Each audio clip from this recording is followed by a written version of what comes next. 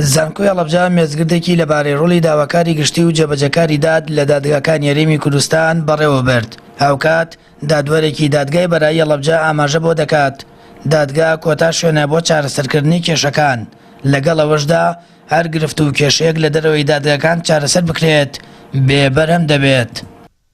خۆی نابێت یەکێک لە دەرەوەی دادگا خۆی بە بەدیلی دادگا بزانێت وەکو بەدیل یانی، بەڵام ئەگەر وەکوتمان لەو بابەتانە بێت کە باسمان کرد هەنیە کەیس بابەت کێشە هەر خۆی بۆ خۆی یاسا ڕێگر نییە لە سۆڵح.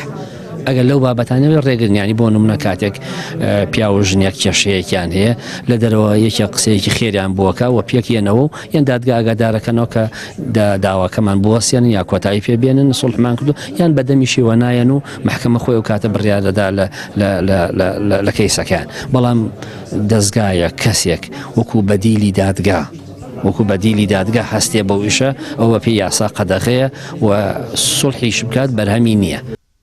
لە مێزگردەکەدا ڕۆڵی داواکاری گشتی باسکرا لە چاودێریکردنی مافەکانی خەڵک و هاتنە دەنگ لە پێناو مڵکی گشتی. بەرپرسی فەرمانگەی داواکاری گشتی هەڵەبجەش دەڵێت داواکاری گشتی لە بڕیارەکان و بەرچاوڕوونی دۆسیەکانی دادگا ڕۆڵی بەرچاوی بینیوە. لەبارەی بێدەنگیشیانەوە لە پرسی کەمکردنەوەی موچەی فەرمانبەران و سیستەمی نیوە موچە دەڵێت بابەتەکە پەیوەندی بە مافی گشتیەوە نییە. بەڵام لە سەبارەت بە پرسیارەکە بۆ موچەی فەرمانبەران ئەوە دوو دیویەیە. دیوێکیان کە باسی وەرگرتنی موچەکەی لەلایەن فەرمانبەرەکانەوە ئەوە پەیوەندی بە مافی گشتیەوە نییە، پەیوەندی بە فەرمانبەرانەوە. فەرمانبەر پێویستە مادەم مافەکەی پێشێرکراوە ئەو لەلای هەیئەی بەرزەف داوای خۆی بکات و داواکەی بچێتە بواری یاسا و بچێتە بواری حکومدان و جێبەجێکردنەوە. لە هەرێمی کوردستانە هەوڵاتیەکمان فەرمانبەرێکمان نەبوو کە داوای کرد و داواکەی بردەوە، بەڵام دواتر دۆسێکە چوێ لای مەجلیسی شورا لەوێ ستای سەرنجامی نازانرێت چییە. داواکاری گشتی قسەیان نەکردەوە، بەڵام بەبووی بەگشتی لە کەیسەکانە کە ئەبینین و قەرارەکان ئەبینین داواکاری گشتی ڕۆڵێکی باشی هەیە لە بەرچاوڕۆشتنی محکەمە و ڕێکردنەوەی مەساری داواکانە.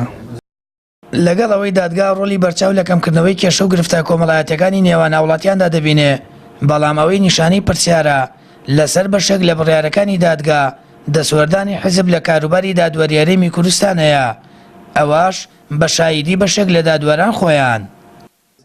سامان فەتاح، کەناڵی ئاسمانی پەیام، هەڵەبجە.